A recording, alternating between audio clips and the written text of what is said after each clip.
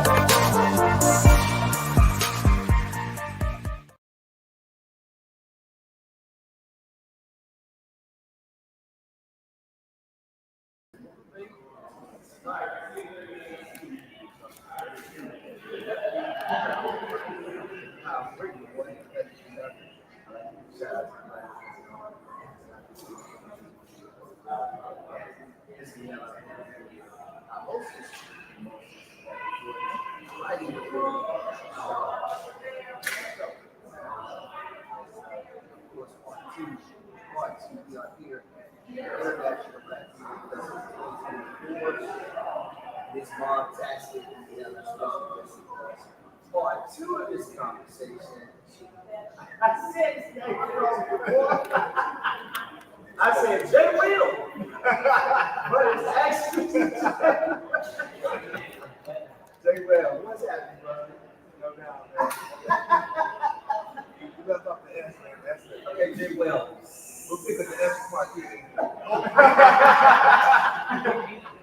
Leave the S part three. Yes. Definitely, my brother. No doubt. Yes, man. Thank you so much again, man, for coming in. Now, thanks for having me, man. I like to chop it up, that last conversation, we talked about martial arts. When you get a chance to kind of get into your involvement, I know I had a question. What was that like? What kind of Baba? What was that like? It was a lot of ways. Sometimes you have dreams. I want to be like that. I did like what's it about the kids? Sit down for 3 years. Don't worry, Wes, I got you. That's what it said. I watched it, so I take it now.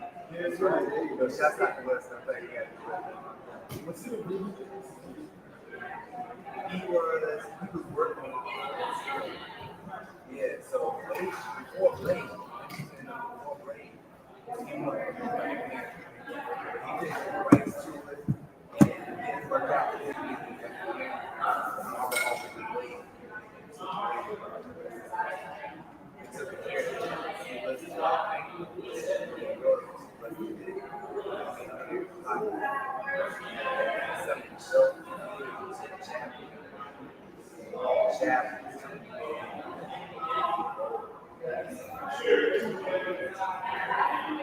So I pray to God,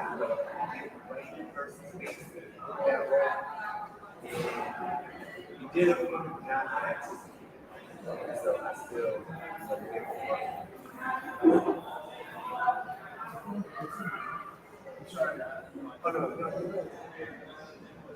I think the microphones, I think your top microphones is causing the reverb because there's a lot of echo. I hear more of this than I do of us. So that means on the show they hear the same thing. So I don't know whether you can mute this one. Yeah, those are not on at all. Somewhere in there, volume needs to go down.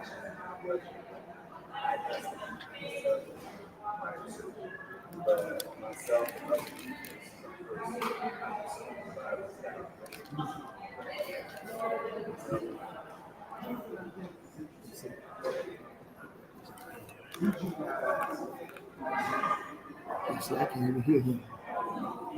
It's awful. Yeah, I don't have those. The microphone.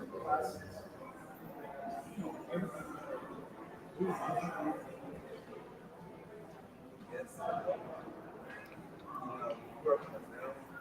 There's a certain level of conversation. Mhm.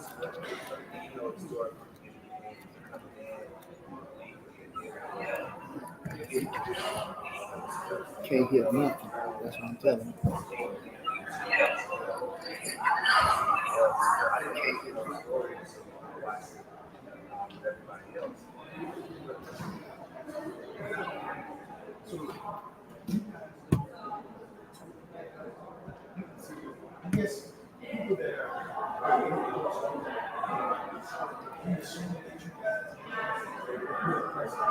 Not all the time.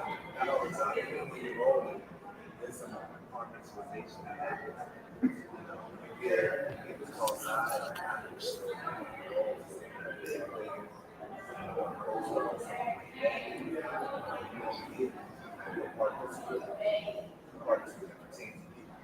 Yeah, for the rest of the day.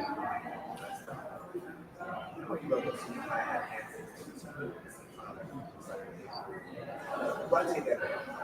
Sometimes once you work, I didn't have that's what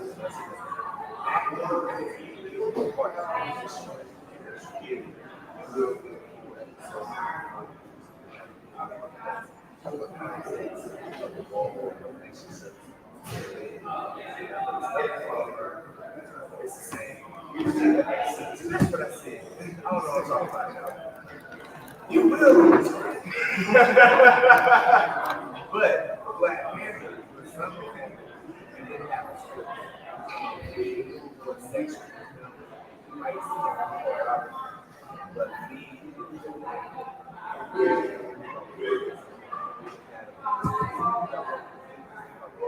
I didn't have I cut those mics.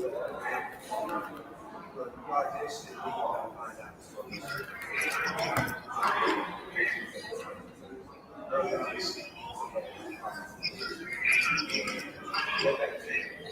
Can't hear anything. So are you turned up here? Did you hear it earlier? Are you mic'd up over here? Mm-mm. You turned up over here? Are you running the microphone out of this? No. Just So, out of you. so is it coming out of here? It's not coming out of there.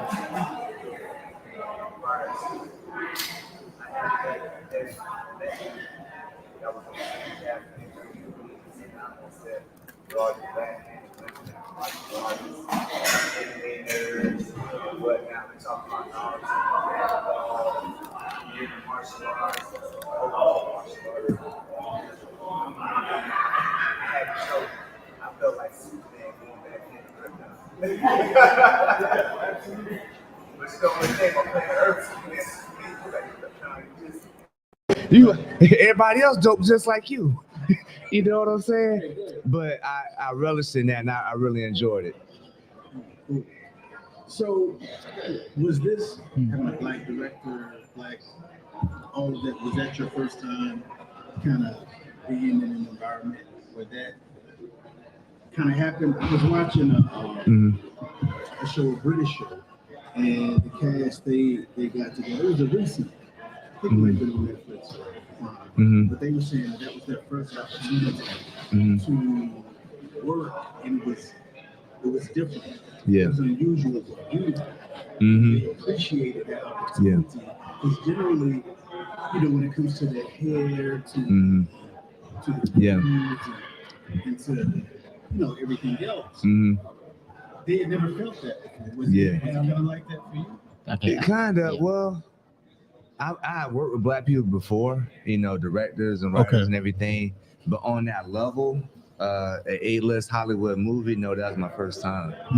Ryan Coogler he's dope. He's like, what you see is what you get. He's very down to earth with his approach and how he direct and everything. He felt like he just came straight from home, straight off the block, straight to the set, the work and whatnot. He don't put on any airs at all.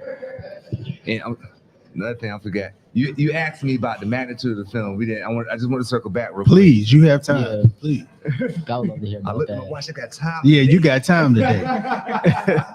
You got time. You asked about the magnitude of the film, and yes and no. Okay. We realized what we was doing was important, but we didn't quite understand the impact it was going to have. You know, it was, you know, you got a black director and a predominantly black cast, all these black people working, you know, and it's Disney. And we knew all eyes was watching. It was like, man, we can't F this. Yes. You know, so even on set, it was like, yo, like the opportunity you have. A lot of us were new, Mm-hmm. you know, new to the game. You had some veteran stunt, you know, men and women that were there, but there was a large amount of us that were new to the game. And it was like, yo, listen, this is, in a lot of sense, a once in a lifetime opportunity. When else have they had the need to have this many black stunt performers in an epic action epic like this? Never. You know, That I never. At all. You know, you think about these other action epics with the, you know, the war films, you know, Saving Private Ryan, Ben-Hur, Yeah. or Dark Knight when they had a big battle clash. What's another movie where it was like a big Gladiator. Gladiator? Yeah. All these films and everything. especially to celebrate black folk. Exactly. Right. It did that. And once the movie released, it was, everybody was talking about it because it was like the first time like black and white people were talking about this African king that's a warrior and has all this futuristic tech that rivals anything Mhm. you've seen cinematically in Marvel to date. And when it dropped, it was big. And I teased that Black Panther was the cinematic equivalent of Barack Obama being elected president in 2008. Say that again, because that's a lot. That's a lot in that. Black Panther was the cinematic equivalent of Barack Obama being elected president in 2008. Absolutely. You know, you think about what 2008 was at that time. I had never voted before, but I seen Barack Obama, I seen that representation. I said, I'm gonna sign up and I'm gonna vote. Yeah. You know, and a lot of black people did. Yeah. And it was like a push, and it was just powerful. It is. I'm getting goosebumps even Me talking too, about it bro. right now. Me too. But that's what it was. And so for Black Panther, there had been other black films that came before that were good, but that culmination of the time frame of what it was just, it's gonna be a long time before that's ever recreated again. And that was the one, it was just a blessing for me to be a part of such a movement in a moment of time when it dropped. Black Panther was the highest grossing Marvel movie. Yeah. It grossed Yeah. 1.3 billion. Yeah. You know, only to be eclipsed by, you know, Avengers, Infinity War, Yep. Yeah. later Endgame. Yep. You know, and so it was just big in the movement, and so we knew it was important, but we didn't know the impact. Got you. Got you. Even now, I'm sitting here talking to y'all. Yeah. Exactly. You know, Yeah. And you know what?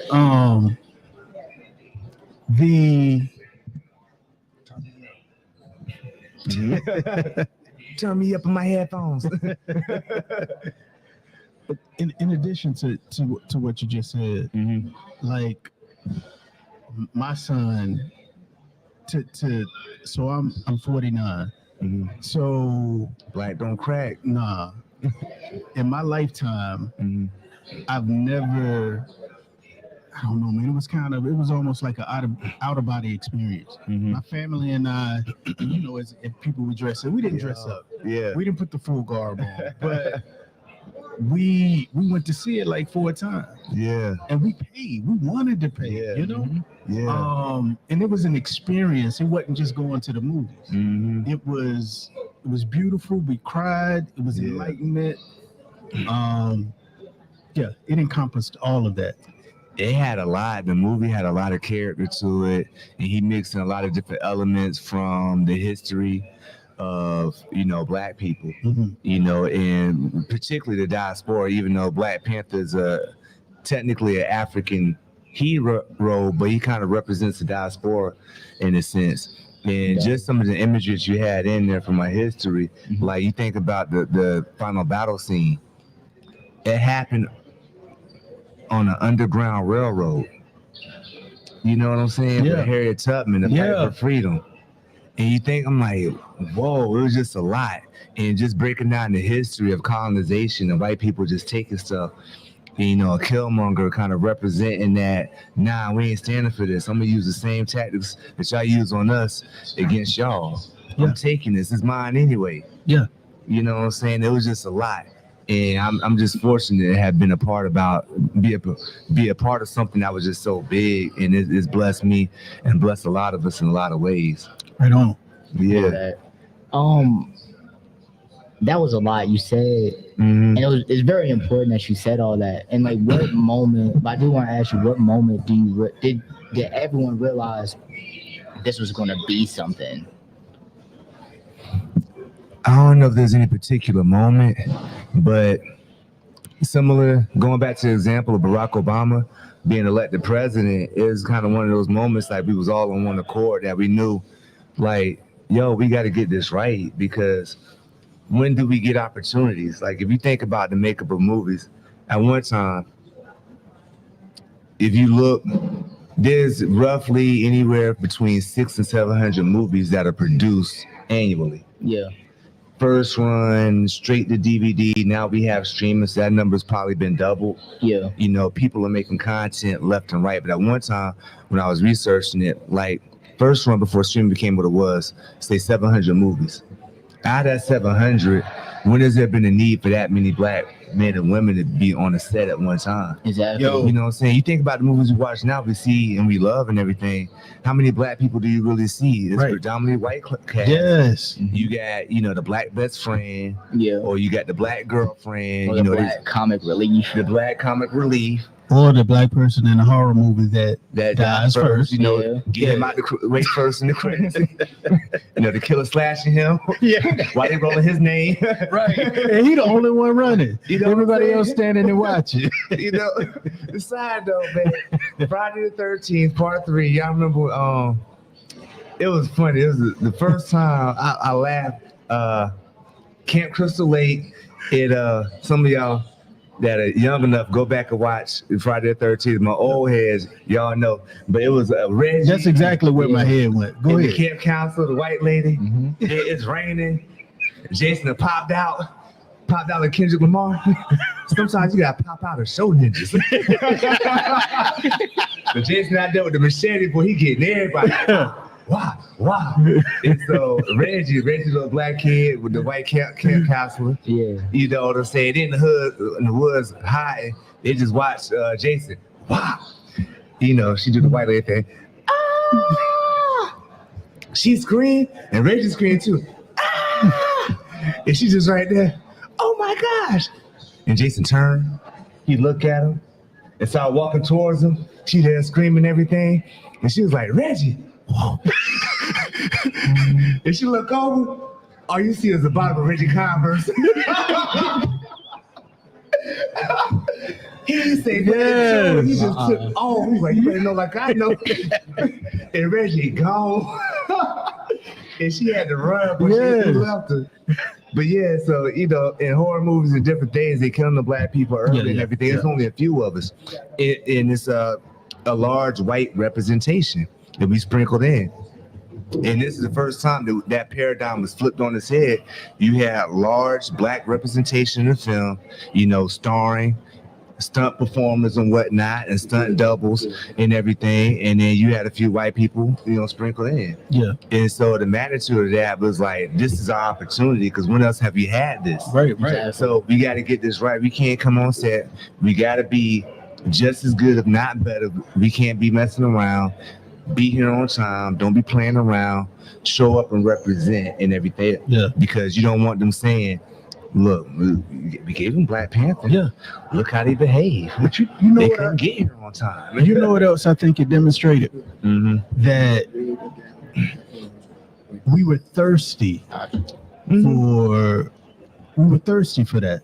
Yeah. And the authenticity of it. You know, I mean, you could tell from the amount of money we spent Mm-hmm. that we had been starving for this to happen. We haven't had it before. Right. And so when you get it, it's like, yeah, you want to, you know, like this water, you want to down it. Right, You've right. been in the desert for so long.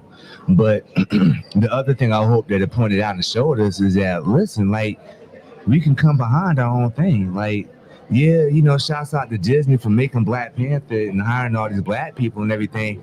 But, you know, who's going to be our Walt Disney equivalent? Exactly. You know, we can make our own Afro-futuristic pop movie and our own tales, and it be produced and backed by Black people, and we can hire our own. Yeah, it is. You know what I'm saying? Because look what happened. We showed up for Black Panther. Yes. And so we got to get out of this notion that what we have is, you know, second grade to everybody else's, you know, because theirs isn't any better or worse than what we have. The only difference is that we support everybody else stuff. We just don't support our own. But do you think a part of that is that the storytelling may need to transition from the traditional, you know, being stuck in the drug dealers, stuck in the extremely dramatic side of storytelling? We getting deep now, Brian. We go I ahead. mean, my bad. No, Okay, cool. Because it made me think of it. It's like, no, but we got to talk about it. because I was around when New Jack City dropped, and like I don't remember the exact year, Yeah. but we're still, you know what I'm Yeah. saying? In a sense, we're kind of still in that vein. Set your $5 down before I make change. Right. No, for real. But the thing we got to realize too, what my aunt used to say, you know, God rest her, Black don't mean Black no more. Talk to me. You know, there was a time, there was a kinship, you know, you see it now as dispersed, but you have passed a Black man on the street and, you know, you don't got to say nothing, but it's understood between y'all. And there'll be like a little code, you know, contact when we get around other people. Right. Yeah, we have our own talk, but we're not going to act, you know, in a way other than becoming around other people. Right. Whatnot, you know. And the other thing, going back to the original question with our representation in media, we don't control our image. Yeah. You know what I'm saying? As we talk about storytelling, our representation, the image and everything, we don't control it. You know, we're still going to people, even with Black Panther, like it was big, it was important, it was representation and everything, but it's Disney. Yeah. You know what I'm saying? Shouts out to Disney for producing it, but we don't own it. Gotcha. You know what I'm saying? And there's a lot of other stuff. Even if we see other productions with large representation, we don't own or control our image. And so, you know, people like, you know, a Spike Lee, you know, are important, and Issa Rae and everything, you know, that can carve out, you know, a different slice of life that represent us in a different way. Because, you know, Issa Rae started out with Awkward Black Girl, and then it turned into Insecure. Yeah. And it was dope. Yeah. And I enjoyed it because it wasn't, you know, Black people used to like that over the top kind of humor, but she was like, listen, I'm a Black woman, but what does being Black really mean? Right. Do I have to fit within a certain box or context? Exactly. We come in different, you know, shades, sizes, and flavors, just like everybody else. You know, Asian people aren't all the same. You know, even within China, you got people that speak, you know, Mandarin and Cantonese, and you have Japanese and Korean people. There's different flavors of Latin. You know, you got Spanish, you got people that speak Portuguese and whatnot. Yeah. You got different flavors, and Black people are no different. We have multiple tribes outside the continent of Africa, even us here in the diaspora. Yeah. We didn't all come from the same tribe. We all come in different hues and Exactly. whatnot. But we look at each other in a lens that has been given to us. You know what I'm saying? So we don't see each other with our eyes. We look at each other through the lens that has been given to us.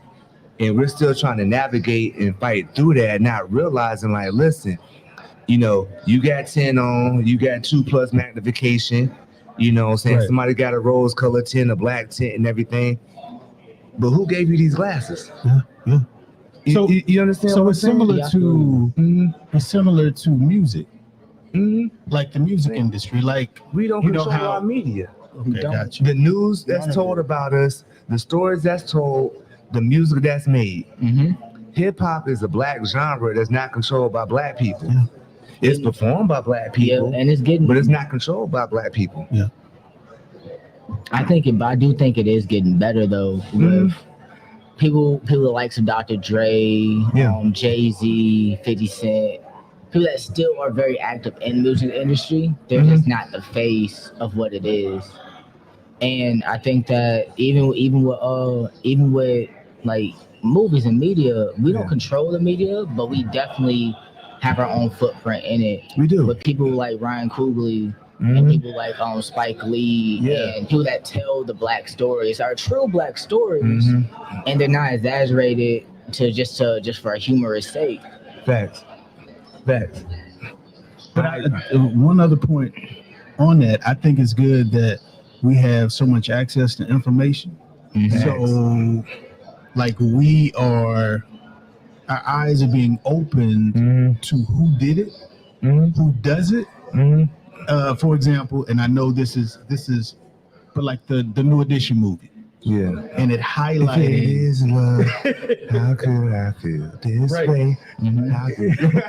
And it highlighting what specific groups have continued the exploitation of our arts. And even now today, it's becoming more apparent, more visible who these specific groups are. So hopefully, I'm hoping that I'm hopeful too, that we are empowered to kind of distance ourselves from that and really, as you said, take advantage of these, these CEO opportunities. Yeah, we do. We got a position and everything. And it's just, grassroots support. I don't think we give enough appreciation to what a grassroots movement really does, and just, support that. Like, listen, you can get behind something and pump it. Exactly. If you think about hip hop back in the early to mid 90s, and the groups that came out of that, in New York, they was even Master P in New Orleans, late 90s. They made CDs, printed up, whatever, and they sold them out their trunk. Out the trunk. And they got major deals, and they big figures now, doing it on their own. Yep. Getting the hood and the community support. Exactly. You know what I'm saying? But we got a problem. It's like, I want what I want, and I want it now. Yeah, exactly. You know what I'm saying? But we got to get out of that, man. Even with the businesses that we support, man. Nike wasn't always Nike, man. Before Jordan came along, it was like a tennis shoe company, like a runner shoe. Yeah, they just sold track shoes. Yeah. About to go bankrupt. They weren't successful. Every month, but they got good marketing and whatnot, and they got people behind it. Year after year, we giving them money for Nikes and everything. And we talk about the exploitation, or you can just say it's good marketing. But Spike Lee, back to Spike Lee, was Spike Lee and Jordan. Yeah, exactly. No, literally, like that. That was the marketing. It was Spike Lee, and Jordan and Spike Lee helping to market to the black people. Exactly. Rocking Jordan. And then even with Jordan, like Will Smith and Fresh Prince wearing Jordans. Just characters that mean a lot to us. They wore like particular shoes because it just helped us, like psychologically. It just helped us like be like flashing them. You know how we do. We like Poppy. You we gotta stay fresh to death. Exactly. but even with that, we can't fault these businesses, and these corporations for good business practices. Exactly. You know what I'm saying? So it was smart to market and come up with a marketing campaign that people can get behind. Well, I guess what I'm saying is like, there's a model out there that we can copy. Yeah, exactly. It's out there. Why are we waiting for somebody else to do what we can do for ourselves? Get behind marketing and get behind the brand and do it. We just watch how successful it is. Exactly. When we gave Nike our money, we still doing it. And they billion-dollar company. Exactly. But Nike 45, 50 years deep? Exactly. We're not gonna do it overnight. We got to get out of the hustle mindset. We're gonna hit a quick lick. It's not gonna be a quick lick. It's gonna take time and patience. Yeah, and embrace delay. With BET, he didn't do that overnight. He built it. And got to a point where he could sell it. Even one delayed gratification. Jordan, I truly don't think there's anything wrong with like partnering with someone like Nike, because Michael Jordan did it, and now he has a lifetime deal, and his shoe is arguably bigger than Nike itself. Yeah, and so it's just a matter of why are you partnering with this brand? Are you partnering with it because of that? Regardless if it's like doing something with Disney, are you doing some Disney that's going to benefit you in the future? Is doing a Marvel movie going to benefit you? Or just a one and done thing? That's a good point, and I would say the benefit is it's like a lot of us, our livelihood is tied up into our employment.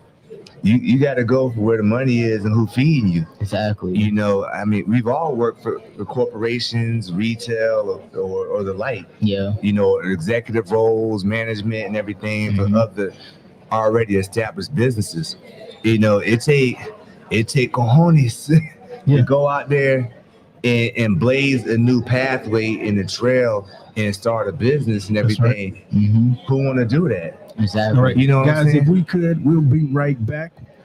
Thank you for joining the Ross Cloud podcast. We're going to take a real short break and we'll be right back. Thanks for coming and tuning in. Peace.